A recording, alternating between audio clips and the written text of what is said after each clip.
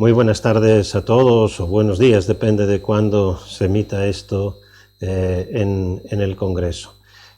Quisiera empezar dándole las gracias a la organización y muy especialmente al compañero Tiago Galliano por la invitación para acompañarles en este día hablando sobre prueba y razonamiento probatorio. Lamento muchísimo no poder acompañarles físicamente, no estar ahí disfrutando del Congreso con ustedes. Es la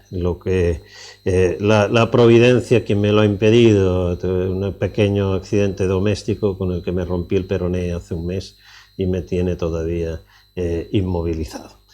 Bien, el tema que quiero desarrollar en esta ocasión es el de la prueba y el razonamiento probatorio. En general, en estas últimas décadas, yo diría en los últimos 20 o 25 años, principalmente durante este siglo XXI, en toda la área cultural, en toda nuestra cultura jurídica se han desarrollado importantísimas reformas procesales e importantísimos nuevos códigos procesales, procesal civil, procesal penal, procesal laboral, contencioso administrativo, etcétera, etcétera, con avances muy sustanciales respecto a la modernidad del procedimiento judicial. Sin embargo, en materia probatoria, los avances no han sido especialmente importantes. Y más bien uno ve en los nuevos códigos una falta de sustancia, una falta a veces incluso reflejan una falta de conocimiento fundamental en materia probatoria. Nada de esto es sorprendente, y no es sorprendente porque nuestra cultura jurídica no ha dedicado especial atención a los temas probatorios. Piensen ustedes en su propia formación. Vale igual para la mía, para la de cualquiera de nosotros en las facultades de Derecho. ¿Cuántas asignaturas sobre razonamiento probatorio tuvieron? ¿Cuántas asignaturas sobre valoración de la prueba tuvieron? ¿Cuántas asignaturas específicamente sobre prueba tuvieron? Seguramente ninguna. En cambio, su actividad profesional como jueces, como abogados, como fiscales, es centralmente una actividad profesional en materia probatoria. Centralmente, la prueba es definitiva en la gran mayoría de procesos judiciales. No tenemos esa formación, no tenemos capacitación y en cambio es central el argumento. Lo mismo pasa en las escuelas judiciales, en la capacitación continuada de jueces y fiscales, en la capacitación de los abogados ejercientes. Situación es generalizada. Y esto también se traduce en la doctrina. En realidad, los doctrinadores, los investigadores no han dedicado especial atención. Y cuando lo hacen, especialmente desde el derecho procesal, lo han hecho explicando las reglas sobre la prueba, explicando esas pocas reglas del código de procedimiento en las cuales lo que se dice es cuándo se puede presentar prueba, de qué manera, qué pruebas se pueden presentar, quién lo puede hacer. Nuestros códigos han dado un paso adelante muy positivo hacia la libre valoración de la prueba, eliminando reglas de prueba tasada, y ya llegados hasta ahí, entonces se dice, bueno, y sobre la valoración de la prueba, la valoración es libre, no hay nada que decir.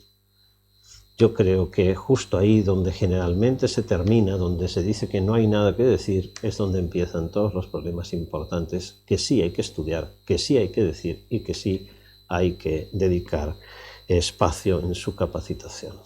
Desgraciadamente, en cambio, esto no ocurre. Tampoco en posgrado.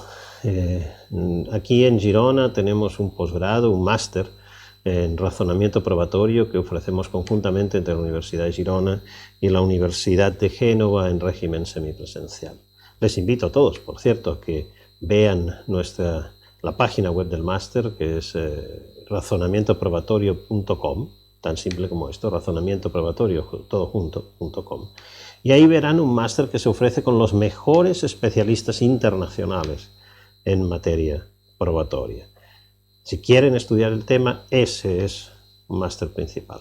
En cambio, el problema no es este, el problema es que es el único máster en materia de razonamiento probatorio que se ofrece en toda Iberoamérica, tanto de habla portuguesa como de habla española, en toda Iberoamérica. Tampoco hay ninguno en Italia, tampoco ninguno en Francia.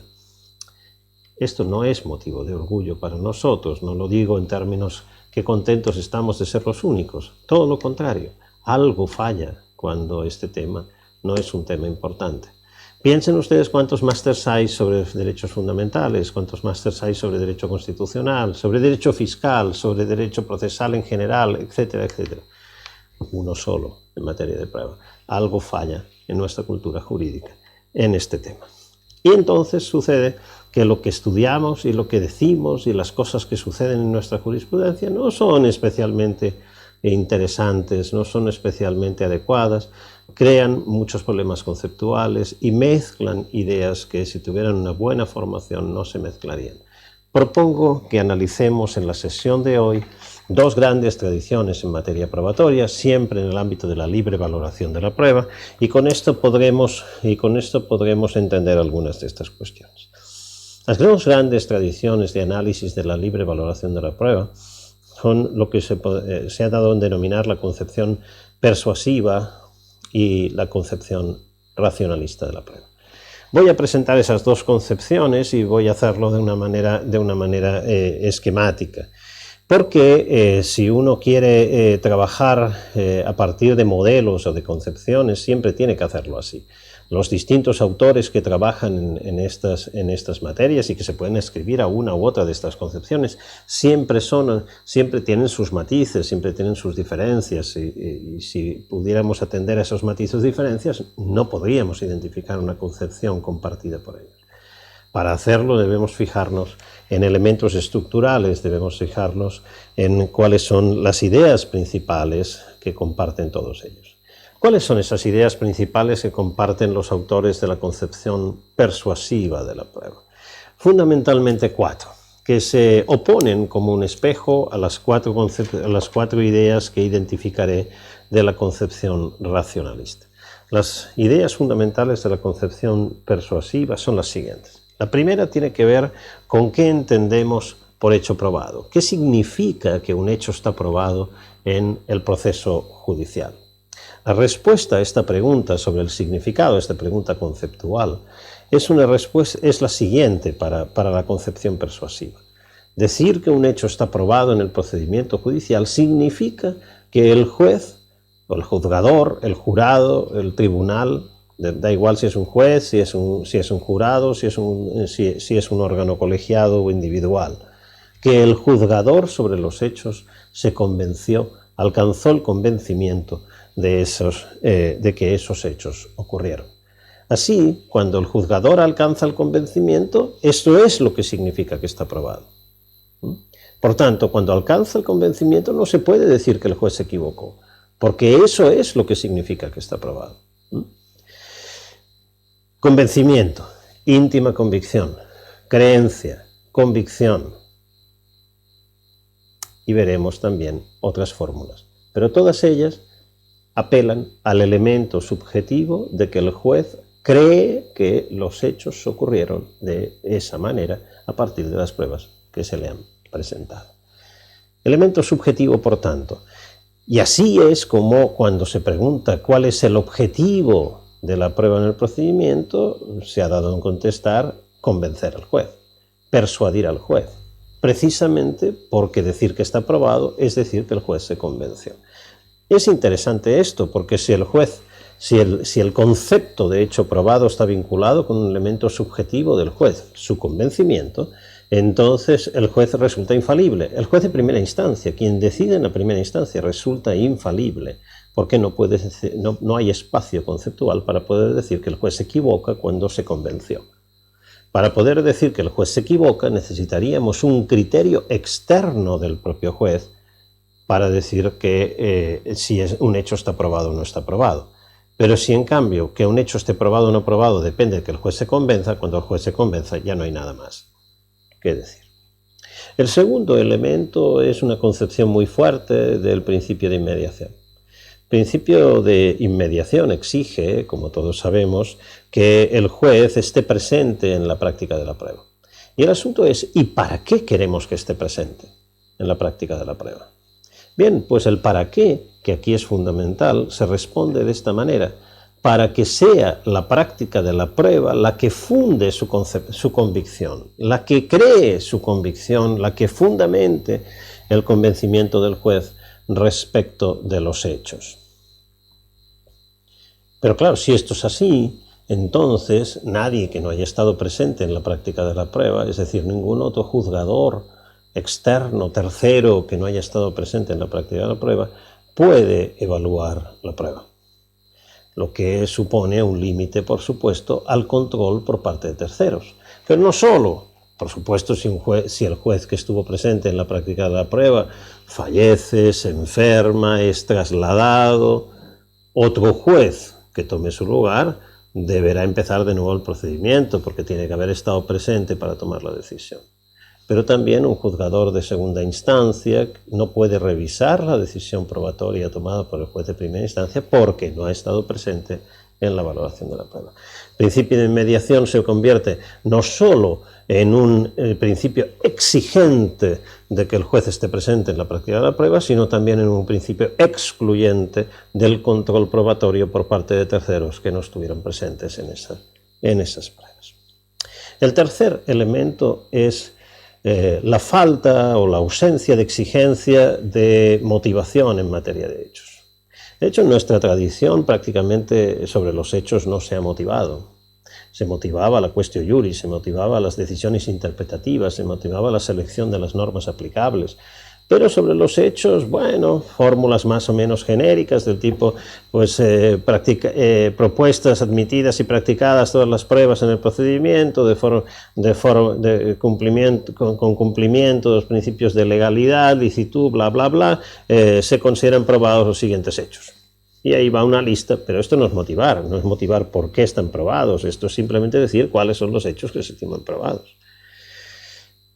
Hoy en día todavía los jurados no motivan en prácticamente ningún país. Simplemente deciden si estiman que están probados o no están probados los hechos, pero no hay motivación.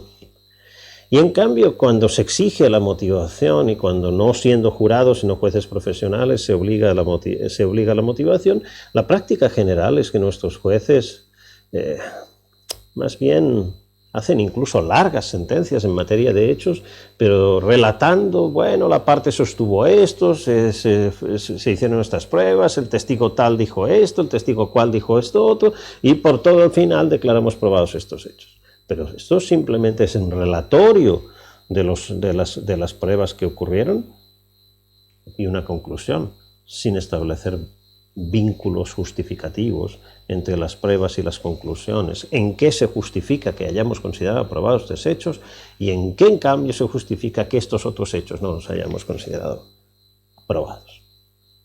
Y el cuarto elemento es la ausencia de recursos en materia de prueba, en materia de hechos. Hay una tradición en nuestra cultura jurídica de limitar extraordinariamente los recursos en materia probatoria. Se recurre por derecho, por la quaestio iuris, pero no se puede recurrir por los hechos. Es decir, no se puede recurrir alegando una mala valoración de la prueba.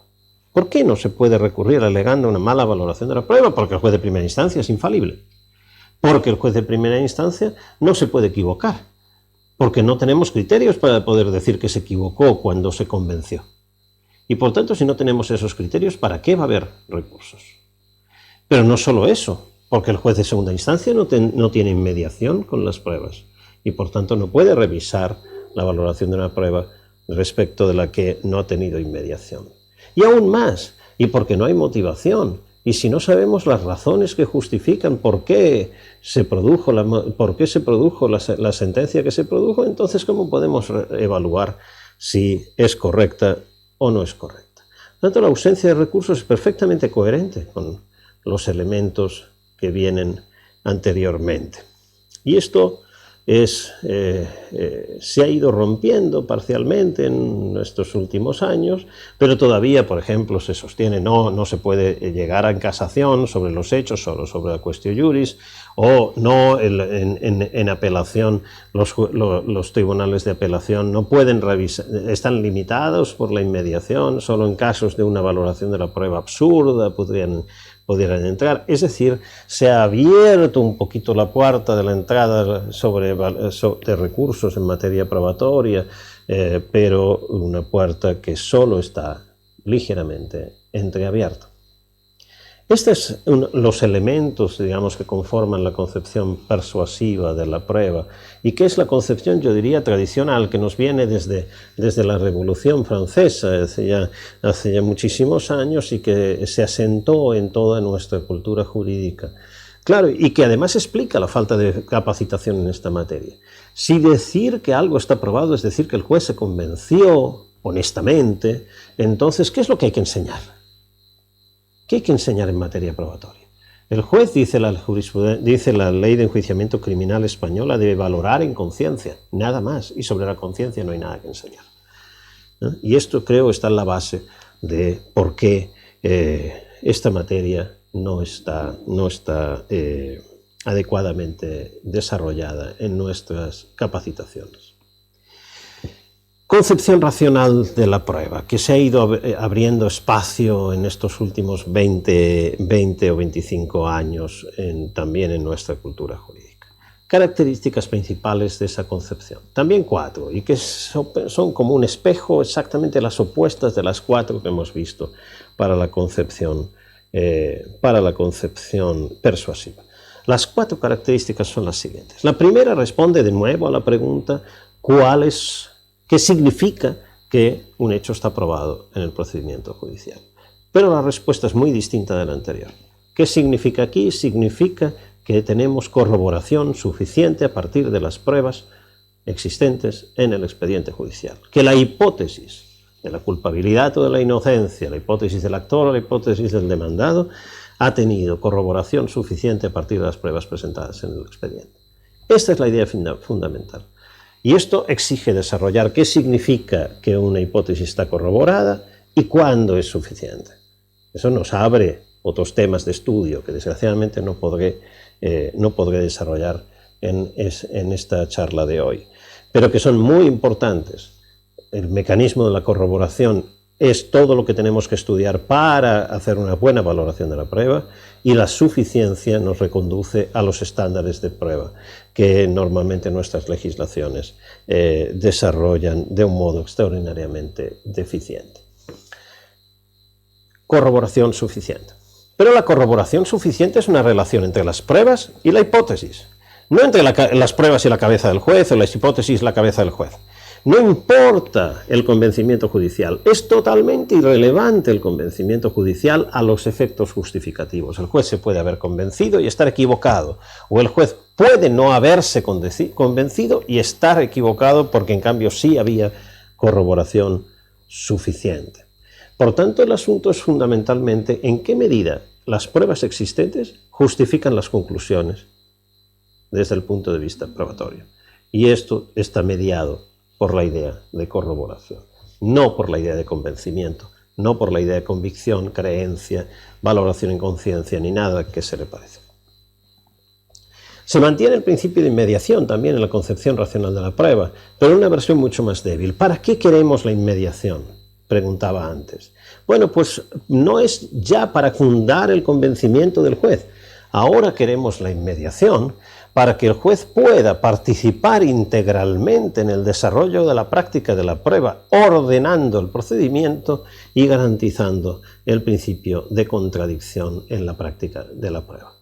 Para eso queremos la inmediación. La inmediación no tiene nada que ver con la valoración de la prueba, la inmediación tiene que ver con la práctica de la prueba.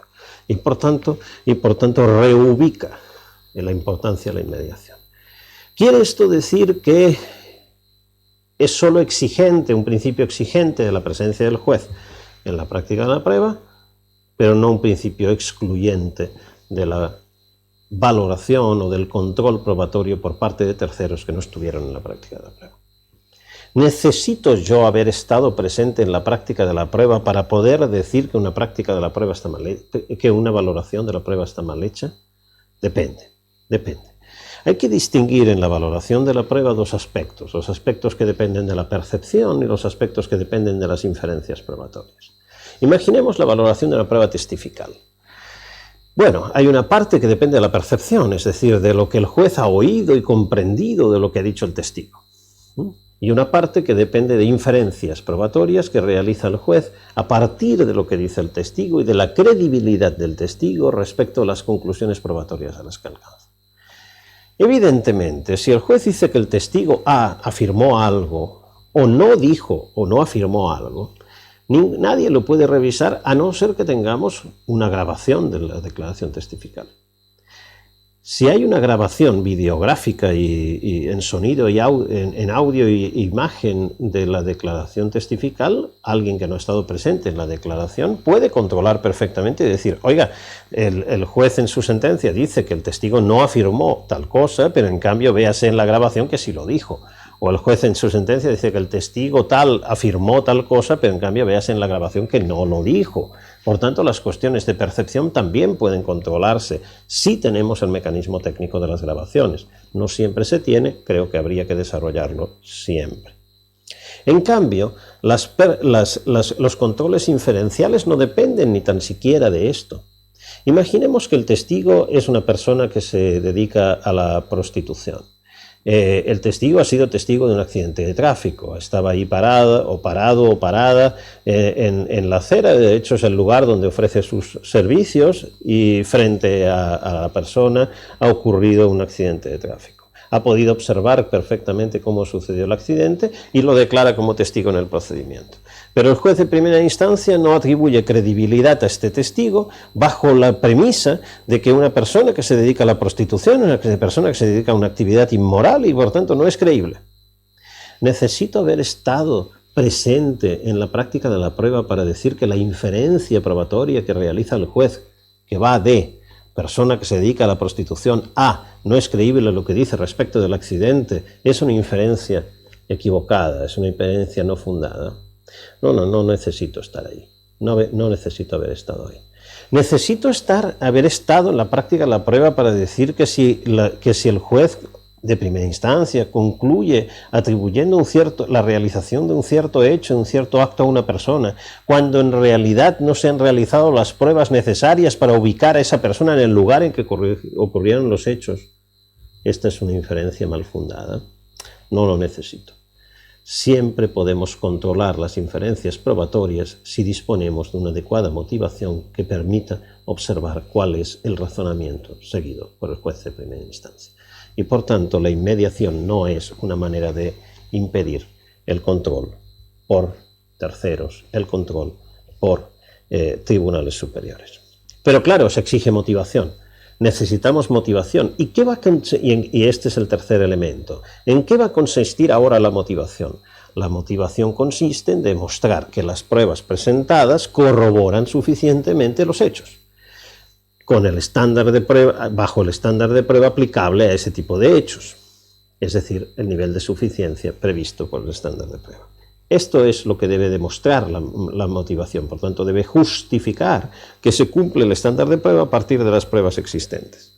Y esto hacerlo con precisión analítica, es decir, de forma muy detallada. Analizando además por separado, primero la valoración individual de la prueba, es decir, el nivel de fiabilidad de cada una de las pruebas presentadas en el proceso, y posteriormente la valoración en conjunto, es decir, cuánto corroboran el conjunto de pruebas, las diversas hipótesis existentes en el expediente. Y las diversas hipótesis, no simplemente tomando en cuenta una de las hipótesis y ver cuánto la corroboran. Si hay diversas hipótesis hay que tomar en cuenta cada una de ellas, porque si no hay un déficit de motivación. Y cuarto elemento, reaparecen los recursos. Los recursos entendidos como el control de la correcta valoración de la prueba, que ahora sí son posibles porque el juez ya no es infalible, hay un criterio externo a la decisión judicial, a la propia decisión del juez, para poder decir si el juez se equivocó o el juez no se equivocó, porque no hay una inmediación que impida, un concepto fuerte de la inmediación que impida el control por terceros, y porque tenemos motivación para poder controlar la valoración probatoria realizada por el juez de primera instancia. Otra vez, la concepción racional encaja perfectamente Y esto es importante porque vemos que tanto la concepción persuasiva como la concepción racional se comportan como si fueran piezas de un rompecabezas, es decir, los 4 elementos de cada una de las concepciones encajan perfectamente entre ellos, encajan perfectamente, además ofreciendo un dibujo coherente, una imagen coherente. Pero si los mezclamos, si mezclamos con elementos de una concepción con los elementos de otra concepción, lo que nos produce es que no encajan. Y no encajan porque las piezas de distintos rompecabezas, de distintos puzzles, no pueden mezclarse, porque entonces no encajan entre ellas y no ofrecen un dibujo coherente. En cambio, ¿qué está sucediendo? Lo que está sucediendo es que nuestras legislaciones mezclan las dos concepciones. Mezclan porque operan con el convencimiento judicial, pero después ofrecen recursos. Convencimiento judicial, pero exigen motivación. Inmediación fuerte, pero después con recursos. Es decir, encontramos en nuestros códigos una mezcla de dos concepciones que no se deberían mezclar si tuviéramos un buen fundamento en materia probatoria. ¿Qué es lo que hay que hacer? Lo que hay que hacer es elegir una o la otra, comprar entera o la concepción persuasiva o la concepción racional. ¿Tenemos razones para elegir una o la otra? Creo que sí. Y las razones que tenemos dependen de cuáles son los objetivos por los que queremos la prueba en el procedimiento judicial. Esos objetivos no pueden ser otros, en mi opinión. El objetivo fundamental de la prueba en el procedimiento judicial, sea cual sea el procedimiento, penal, civil, contencioso, administrativo, laboral, familiar, militar, lo que fuera, sea cual sea el procedimiento, el objetivo de la prueba en el procedimiento judicial, el objetivo institucional de la prueba, no puede ser otro que la averiguación de la verdad material, de la verdad en sentido de verdad como correspondencia con los hechos ocurridos en el mundo, no de la verdad procesal o algo así, de la verdad material, la averiguación de la verdad. ¿Por qué razón? Básicamente yo creo por dos razones. La primera de ellas es porque si no, no podemos aplicar correctamente el derecho sustantivo. No podemos aplicar correctamente el derecho sustantivo simplemente porque si la norma sustantiva dice que debe aplicarse una sanción X a quien mate a otro y aplicamos la sanción X a quien no ha matado a otro, entonces no estamos aplicando correctamente la norma. Debe aplicarse la sanción X a quien ha matado a otro y no la aplicamos a quien sí ha matado a otro, entonces no estamos aplicando correctamente la norma. El derecho, el proceso, entonces no es un mecanismo adecuado, no funciona adecuadamente para aplicar el derecho. Pero no solo no funciona adecuadamente para aplicar el derecho, hace fracasar el derecho. Hace fracasar el derecho como un mecanismo de motivación de la conducta. Si yo sé que aunque yo circule a mucha más velocidad de la prevista, de la establecida legalmente, no voy a ser sancionado, simplemente porque el policía no se comporta de acuerdo a la verdad de lo ocurrido, sino que se comporta en función de quién le paga un soborno o quien no se lo paga, o porque el juez no se comporta y no se preocupa de averiguar cuál es la verdad sobre los hechos, o porque el sistema es totalmente ineficiente en averiguar cuál es la verdad sobre los hechos, entonces, si me gusta conducir rápido, conduciré rápido, simplemente porque sé que no seré sancionado. O que es aleatorio si soy sancionado o no, y que puedo ser sancionado incluso conduciendo despacio, lo que sería el peor de las situaciones si es que yo adoro conducir deprisa. Por tanto, el derecho mismo, si en la aplicación del derecho no buscamos la verdad sobre los hechos, el derecho mismo pierde su capacidad de motivación de la conducta, que es el fundamento de para qué queremos el derecho en cualquier país, en cualquier estado, en cualquier sociedad. Si esto es así, si el objetivo no puede ser otro que la averiguación de la verdad, entonces, ¿cuál es el mecanismo más adecuado? ¿Cuál es la concepción del derecho, de la prueba, mejor dicho? ¿Cuál es la concepción de la prueba más adecuada para ese objetivo? Esto es importante, y es importante en este punto hacer una matización. Decir que el objetivo de la prueba no puede ser otro que la averiguación de la verdad, no supone que ese sea el único objetivo. Yo tengo el objetivo que mis hijas sean felices, pero no es mi único objetivo en la vida. También quiero que tengan una buena educación, que vayan a la escuela, también también quiero que tengan una educación cívica, tengo distintos objetivos. Y a veces esos objetivos entran en conflicto y sacrificamos parcialmente uno de esos objetivos para cierta ocasión porque entra en conflicto con otros. Mis hijas me dicen, bueno, no queremos ir a la escuela esta semana, queremos, papá, que nos lleves a Euro Disney. Y yo les digo, pero hay que ir a la escuela, ya iremos en vacaciones a Euro Disney. No, pero queremos ir ahora porque eso es lo que nos va a hacer felices. Dicen, sí, bueno, pero ahora toca ir a la escuela porque tenéis que aprender. Es decir, sacrifico parcialmente para esta ocasión el objetivo de que sean felices porque tengo también otro objetivo que también quiero perseguir. Esto pasa en el proceso judicial. A veces sacrificamos el objetivo de la averiguación de la verdad para cumplir algún otro objetivo, la licitud, la protección de derechos fundamentales, etcétera, etcétera. La celeridad del procedimiento, la definitividad de las decisiones para garantizar que tengan un efecto práctico. Pero que a veces sacrifiquemos el objetivo de la averiguación de la verdad no quiere decir que ese objetivo no lo tengamos. Que yo a veces sacrifique el objetivo de que mis hijas sean felices en ciertas ocasiones, como en el ejemplo que acabo de decir, no quiere decir que ya no tenga el objetivo de que sean felices. De hecho, el objetivo de la averiguación de la verdad es estructural al procedimiento judicial, es estructural a la prueba en el procedimiento judicial, es ineliminable. Sin esto, el derecho se nos cae como mecanismo de motivación de la conducta. Pero en cambio, a veces lo sacrificamos en ciertas ocasiones o sacrificamos cierta probabilidad de averiguar la verdad porque también tenemos otros objetivos. Pero si este es el objetivo estructural, ¿cuál de las dos concepciones es la más adecuada? Pues yo creo que no hay ninguna duda que la concepción más adecuada para conseguir ese objetivo, para buscar el objetivo de la averiguación de la verdad, es la concepción racional de la prueba, y por eso de hecho se denomina así, concepción racional de la prueba, porque es racional tener esa concepción si el objetivo es la averiguación de la verdad. No la concepción persuasiva, porque el convencimiento del juez es irrelevante respecto de la verdad. El convencimiento, la íntima convicción, las creencias, la valoración en conciencia, no dice absolutamente nada acerca de la verdad de los hechos. Que una hipótesis sea la que está más corroborada, la hace que sea la más probablemente verdadera. Pero en cambio, una hipótesis sea aquella que convenció al juez, no la hace la más probablemente verdadera. Simplemente porque no hay ninguna relación entre el convencimiento de un sujeto y la verdad de una hipótesis. Si el objetivo es la averiguación de la verdad, la concepción racional de la prueba es la concepción correcta, sin ninguna duda. Pero esto nos lleva a que nuestros códigos y nuestras prácticas judiciales deben cambiar.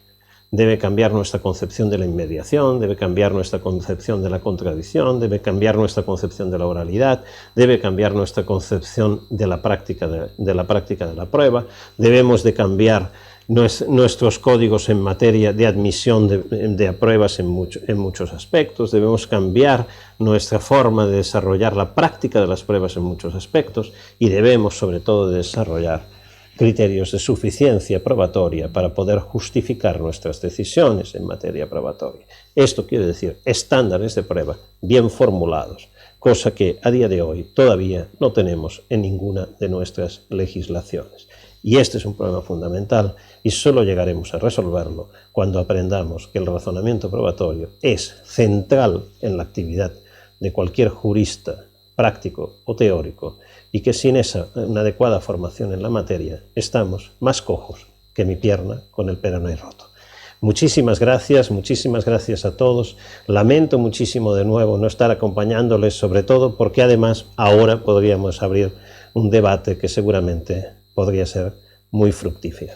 Agradezco de nuevo a Tiago Gaviano la oportunidad de dirigirme a ustedes y espero poderles ver muy próximamente. Muchas gracias y un saludo.